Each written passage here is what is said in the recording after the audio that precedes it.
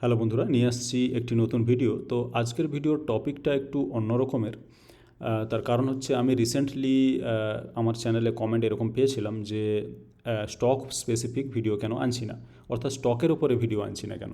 আমি রিসেন্টলি যে ভিডিওগুলো দিয়েছিলাম সেটা ঠিকই যে সেগুলো কিন্তু স্টকের ওপরে নয়, সেগুলো ছিল আইপিওর ওপরে। আইপিও, ঠিক আছে, এটা হয়তো স্টকের ওপরে, তারপরে আবার আইপিও, এখানে ছিল বন্ধুদের কমেন্ট, এটা আবার স্টক কিন্তু তারপরে আবার আইপিও। তো মোটামুটি আইপিও ফোকাসড ভিডিও আসছিল, ঠিক আছে।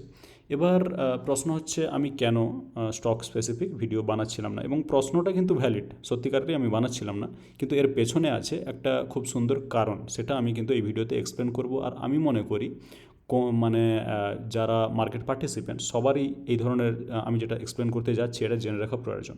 আর ভিডিওটা খুব একটা লেন্দি অবশ্যই হবে না, তো ভিডিওটি পুরোটা দেখুন। আমি পার্সোনালি মনে করি এই কারণ কিন্তু সবার জেনে রাখা উচিত, বা মার্কেটে ইনভেস্টমেন্টের ক্ষেত্রে বা ফান্ডামেন্টাল অ্যানালাইসিসের ক্ষেত্রে কিন্তু এটা কাজে লাগবে। তো ভিডিওর মেন বিষয়বস্তু হচ্ছে এটাই যে আমি স্টকের উপরে ভিডিও বানাচ্ছিলাম না, যদিও আপনি যদি একটু ব্যাকে যান তারপরে কিন্তু স্টকের ভিডিও অনেক পাবেন। মানে প্রত্যেক দিনই আমি যে ভিডিও আনতাম সেগুলো কিন্তু স্টকের ওপরে।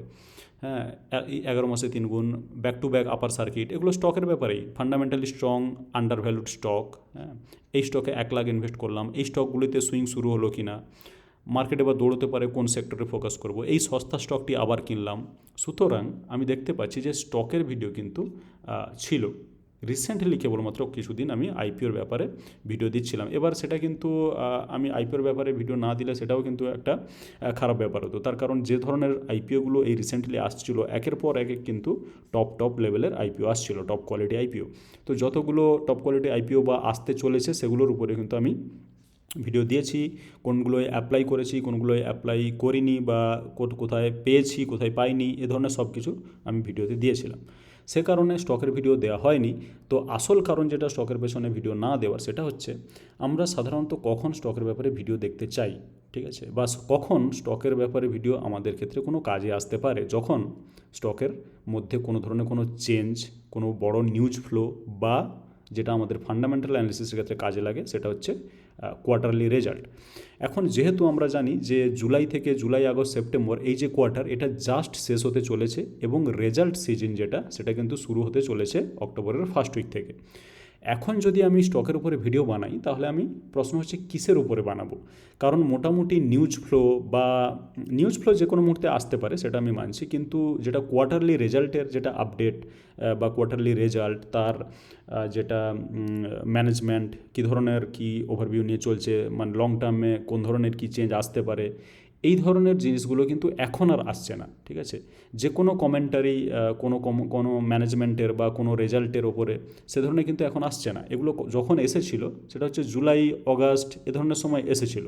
হ্যাঁ, আবার আসবে যেটা কোয়ার্টার থ্রিতে, মানে কোয়ার্টার 2 এর রেজাল্ট যেটা আসবে সেটা আসবে অক্টোবর নভেম্বর এই ধরনের সময়। তাহলে কি হয়, আমাদের অক্টোবর এবং নভেম্বরে নিউজ ফ্লোটা খুব ভালো থাকে স্টকগুলোর ওপরে, ঠিক আছে।